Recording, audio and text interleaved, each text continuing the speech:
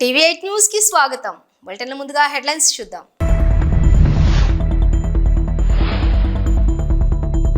చేతులే చిట్టివి, మనసు మాత్రం పెద్దదే. సీఎంనే కదిలించిన చిన్నారులు.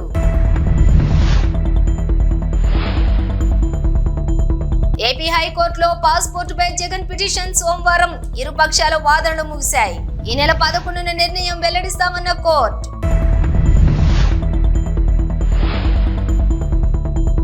తెలంగాణలో కొత్త రైల్వే స్టేషన్లు, రోడ్ల విస్తరణ. సీఎం రేవంత్ కు కేంద్ర మంత్రి లేఖ. ఆకస్మిక వరదలతో అతలాకుతలమైనటువంటి విజయవాడను ఆదుకునేందుకు దాతలు ముందుకు వస్తున్నారు. సీఎం సహాయ నిధికి పెద్ద ఎత్తున విరాళాలు అందిస్తున్నారు. ఈ క్రమంలోనే చిన్నారులు తమ పాకెట్ మనీని విరాళంగా అందించిన వైనం అందరినీ ఆకట్టుకుంటోంది.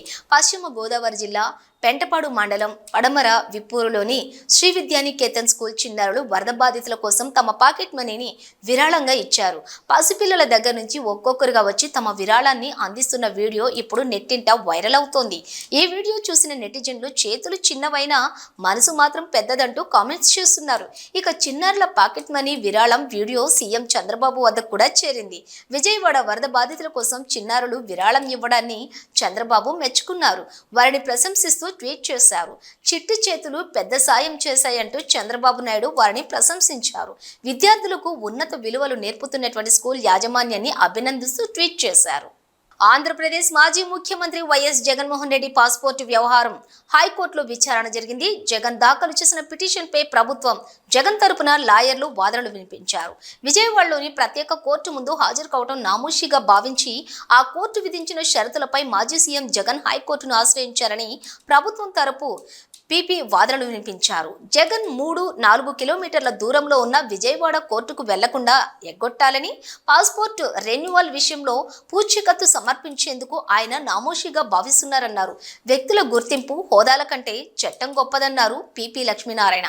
ఎవరైనా కోర్టుల్లో విధించిన షరతులకు కట్టుబడి ఉండాల్సిందేనని, చట్టం కంటే ఎవరూ ఎక్కువ కాదన్న విషయాన్ని గమనించాలన్నారు.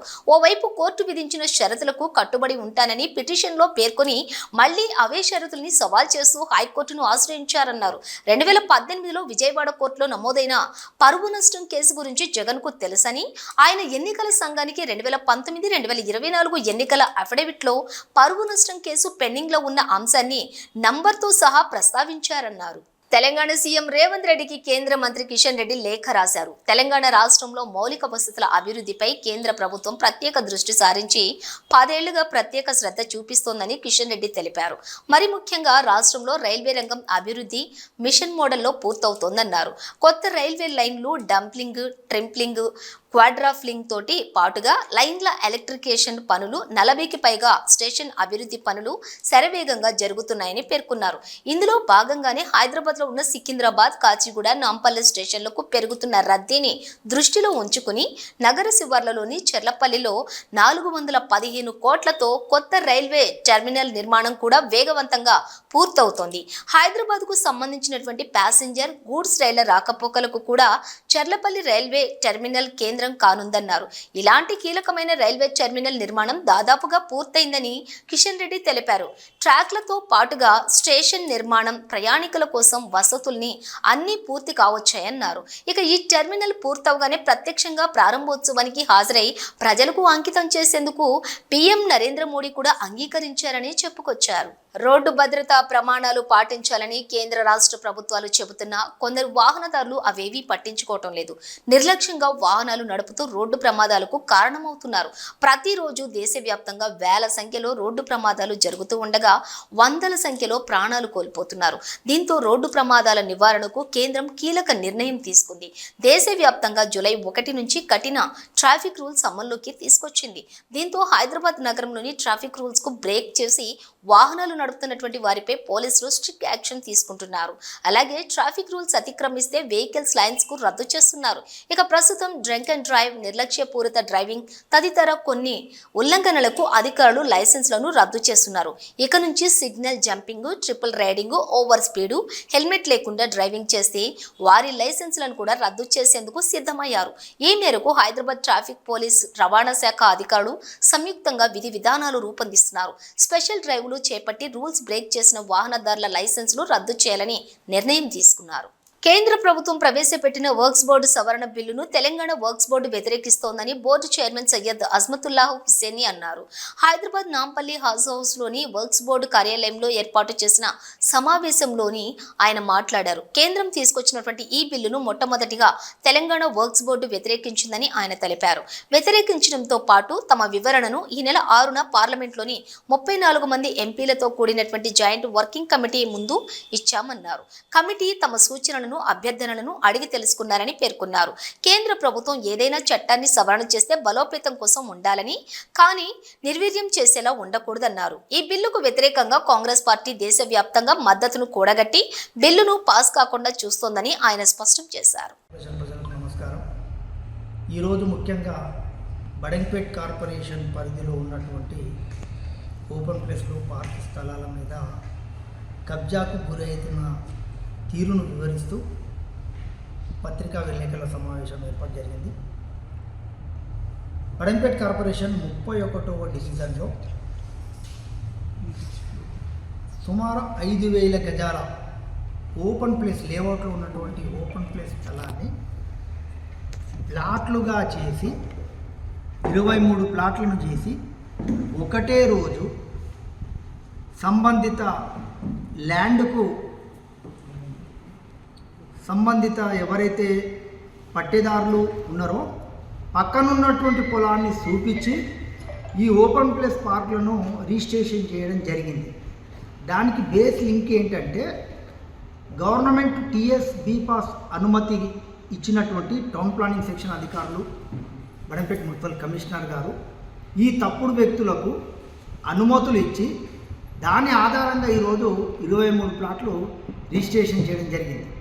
ఇట్టి విషయాన్ని మేము సంబంధిత డివిజన్ కార్పొరేటరు మేయర్ గారికి కూడా అనేక సార్లు విన్నవించినా కూడా ఇప్పటి వరకు వాటి మీద ఎలాంటి చర్యలు తీసుకోలేదు. యథావిధిగా ఆ ప్రాంతంలో అక్రమ నిర్మాణాలు జరుగుతూనే ఉన్నాయి. మేము ఒక్కటే అంటున్నాం, ఈరోజు ఒక టీఎస్ బీపాస్ అనుమతిని ఒక నియమాలు లేకుండా ఒక పద్ధతికి సూచనలకు విరుద్ధంగా ఈరోజు మీరే అనుమతులు ఏదైతే ఇచ్చిర్రో టౌన్ ప్లానింగ్ సెక్షన్ అధికారులు బడంపేట్ కార్పొరేషన్లో ఉన్నటువంటి మేయర్ ఆధీనంలో ఉన్నటువంటి కమిషనర్ గారు కానివ్వండి, టౌన్ ప్లానింగ్ సెక్షన్ కానివ్వండి, మీరే కంచెం వేసినట్టుగా ఈ తప్పుడు పత్రాలను మీరే సృష్టించి మీరే ప్రభుత్వ స్థలాలను ఓపెన్ ప్లేస్ స్థలాలను ఆక్రమణకు గురవుతుంటే మీరు ప్రోత్సహించే విధంగా అనుమతులు ఇచ్చినప్పుడు అక్కడ ఉన్నటువంటి స్థానిక ప్రజాప్రతినిధి ఈ కార్పొరేషన్కు ప్రథమ పౌరురాలు మేయర్ గారు వాళ్ళను ప్రోత్సహించే విధంగా ఎటువంటి వాళ్ళ మీద చర్యలు తీసుకోకుండా ఇన్ని రోజులు ఈ విషయాన్ని నాంచుకుంటూ వస్తున్నటువంటి విధానం మీద మేము మండిపడుతున్నాము. సెప్టెంబర్ 6 తారీఖు 2:30 గంటలకు తెలంగాణ వక్ఫ్ బోర్డు మా బోర్డు మీటింగ్లో ఒక రెజల్యూషన్ తీర్మానం చేసి పంపేయడం జరిగింది. ఈ వక్ఫ్ అమెండ్మెంట్ బిల్ 2024 దానికి వ్యతిరేకిస్తూ ఒక తీర్మానం చేసి పంపించి అదే రోజు ఇంకో తీర్మానం వక్ఫ్ బోర్డు తెలంగాణ వక్ఫ్ బోర్డుని కూడా ఈ కమిటీ ముందు మా వాదన వినిపించడానికి మీరు పిలవాలి, ఇన్వైట్ చేయాలని మేము రిక్వెస్ట్ చేస్తే జాయింట్ వర్కింగ్ కమిటీ పార్లమెంట్ వాళ్ళు తెలంగాణ వక్ఫ్ బోర్డుకు 6 సెప్టెంబర్ 2:30 గంటలకు పార్లమెంట్ హౌస్లో మాకు పిలవడం జరిగింది. ఆ జాయింట్ వర్కింగ్ కమిటీలో 31 మంది ఎంపీలు ఉన్నారు. దానికి చైర్మన్ అనేది జగదంబిక పాల్, యూపీకి సంబంధించిన చైర్మన్ గారు ఉన్నారు. వారి సమక్షంలో తెలంగాణ వక్ఫ్ బోర్డు ఒక బృందం 9 మంది సభ్యులతో మేము వెళ్ళటం జరిగింది. వాళ్ళకు ఇన్ డీటెయిల్ గా ఆ 40 అంశాలపై వాళ్ళు ఏ చట్టంలో ఏది పెట్టారో సవరణకు బిల్లు పెట్టారు కదా, ఆ 40 అంశాల సవరణకు మేము ఇన్ డీటెయిల్ గా వాళ్లకు ఎక్స్ప్లెయిన్ చేయడం జరిగింది. వాళ్ళు కూడా మాకు కొన్ని ప్రశ్నలు అడిగారు. దానికి మేము సమాధానం ఇచ్చుకుంటూ ఆన్ పేపర్ ఒక రిప్రజెంటేషన్, ఎందుకంటే అన్ని డీటెయిల్ మనం కమిటీ రూల్స్ కి విరుద్ధంగా ఉంటుంది కాబట్టి అది చెప్పలేం కాబట్టి ఆన్ పేపర్ వాళ్ళకు ఒక డీటెయిల్ రిప్రజెంటేషన్ మేము ఇవ్వడం జరిగింది. దాంతోపాటు వాళ్ళు oral suggestions, objections and views మేము అలా పెట్టడం జరిగింది. వాళ్ళు కూడా చాలా సుదీర్ఘంగా మాతో కమిటీ మెంబర్స్ సభ్యులతో డిస్కషన్ చేశారు. మేము కూడా వాళ్ళకున్న అనుమానాలను మాకు అడిగారు. మేము కూడా చెప్పాము, ఈ బిల్ ఒకవేళ మీరు సవరణ బిల్ పెట్టారు, దీంతో వక్ఫ్ బోర్డుకు ఎలాంటి లాభం నష్టం అనేది మేము వాళ్ళకు సుదీర్ఘంగా చెప్పడం జరిగింది. ఎందుకంటే ఇన్ జనరల్ గా ఎక్కడైనా సవరణ అనేది సమయాన్ని అవసరాన్ని బట్టి సవరణిస్తారు. రెండోది ఏంటంటే ఎక్కడైనా ఉన్న పాత చట్టాన్ని ఇంకా బలపరుస్తూ మనం తీసుకొస్తారు కానీ మొత్తానికి వక్ఫ్ బోర్డును ఖతం చేయడానికి ఈ బిల్ తీసుకొచ్చినట్టు మాకు అనిపించింది. కాబట్టి వాళ్లకు సుదీర్ఘంగా చెప్పడం జరిగింది. తెలంగాణ మొత్తం భారతదేశంలో తెలంగాణ వక్ఫ్ బోర్డు మొట్టమొదటి వక్ఫ్ బోర్డు. ఈ తీర్మానం మేము రిజెక్ట్ చేసుకుంటూ ఒక తీర్మానం చేయడంతో పాటు కమిటీ ముందు మేము పోయి వాదన వినిపించడం కూడా మాకు తొలి వక్ఫ్ బోర్డుగా తెలంగాణ వక్ఫ్ బోర్డు. మీటింగ్ తర్వాత చాలా మంది చైర్మన్ తో మెంబర్లతో మేము మాట్లాడితే వాళ్ళు డీటెయిల్ గా స్టడీ చేసి వాళ్ళు ఒకటే విషయం చెప్పారు. మేము చెప్పింది మేము సుదీర్ఘంగా మేము విన్నాము, అది మేము 100% పరిగణలోకి తీసుకుంటాము. కాకినాడ జిల్లా పిఠాపురం నియోజకవర్గం గొల్లప్రోలు వరద ముంపు ప్రాంతాలను జనసేన అధ్యక్షులు ఉప ముఖ్యమంత్రి పవన్ కళ్యాణ్ పర్యటించారు. జగనన్న కాలనీలో పర్యటించి మురుగునీటి బురదలో నడుస్తూ స్థానిక ప్రజల సమస్యలపై తెలుసుకున్నారు.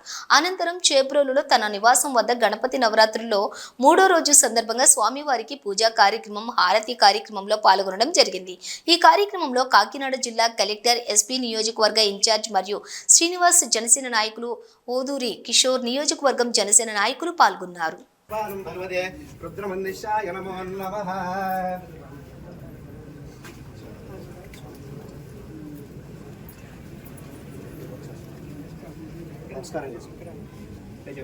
అపరాధ సహస్రాని క్రియంతే అహం నిశం మయా దాశోయం మాం మత్వ క్షమస్వ. శ్రీ లక్ష్మీ గణపతి దేవత ప్రార్థన పూర్వక అపరాధ నమస్కారం సమర్పయామి.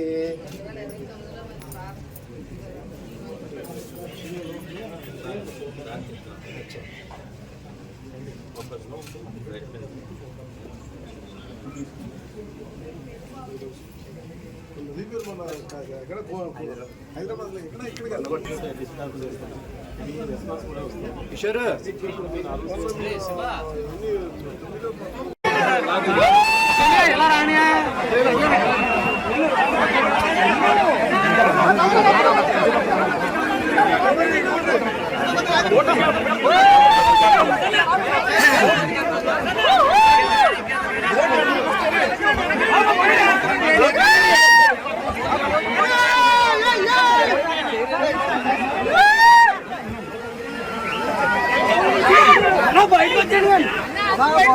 అన్న బయటకు వచ్చాడు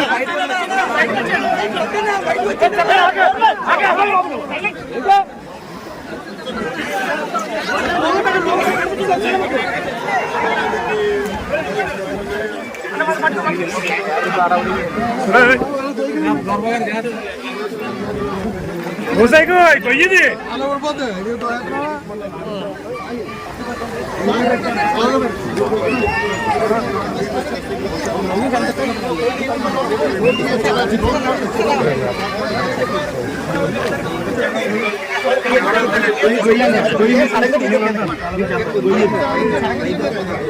చక్కగా ఇక్కడ ఉంటే కావరా గోతులో కావాలి వెనకాల నుంచి కావాలి ఇక్కడ ఉంటే ఎంత కావరండి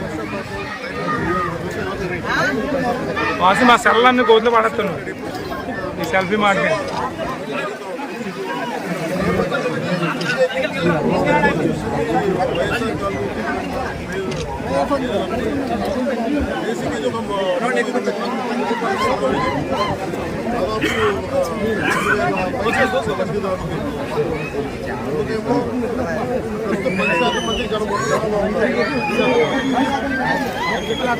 చూస్తే డ్రైనేజ్ కానీ రోడ్లు కానీ ఏమి లేదు. వాళ్ళు అడిగేదంటే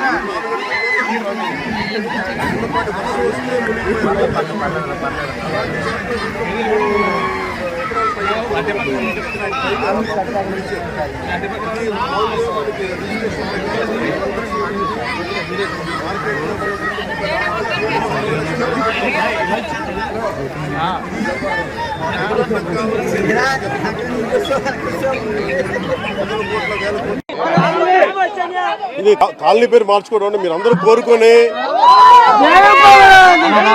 అలాగే మీరందరూ కోరుకొని ఒక నిమిషం కాలనీల పేర్లు ఎందుకు నాయకుల పేర్లు ఉండకూడదు చెప్తా. వాళ్ళ జేబులో డబ్బులు కాదు. అందుకని మనం చేయాల్సింది ఏంటంటే నేల కోసం పనిచేసిన నాయకుల పేర్లు పెడితే మంచిది. అది మన జాతీయ నాయకులు చాలా మంది ఉన్నారు, రాష్ట్ర స్థాయి నాయకులు ఉన్నారు, పిఠాపురం మహారాజు గారు ఉన్నారు. అలాంటి గొప్ప మహానుభావుల పేర్లు పెడితే మంచిది. నిజంగా అలాంటివి కోరుకుంటాం.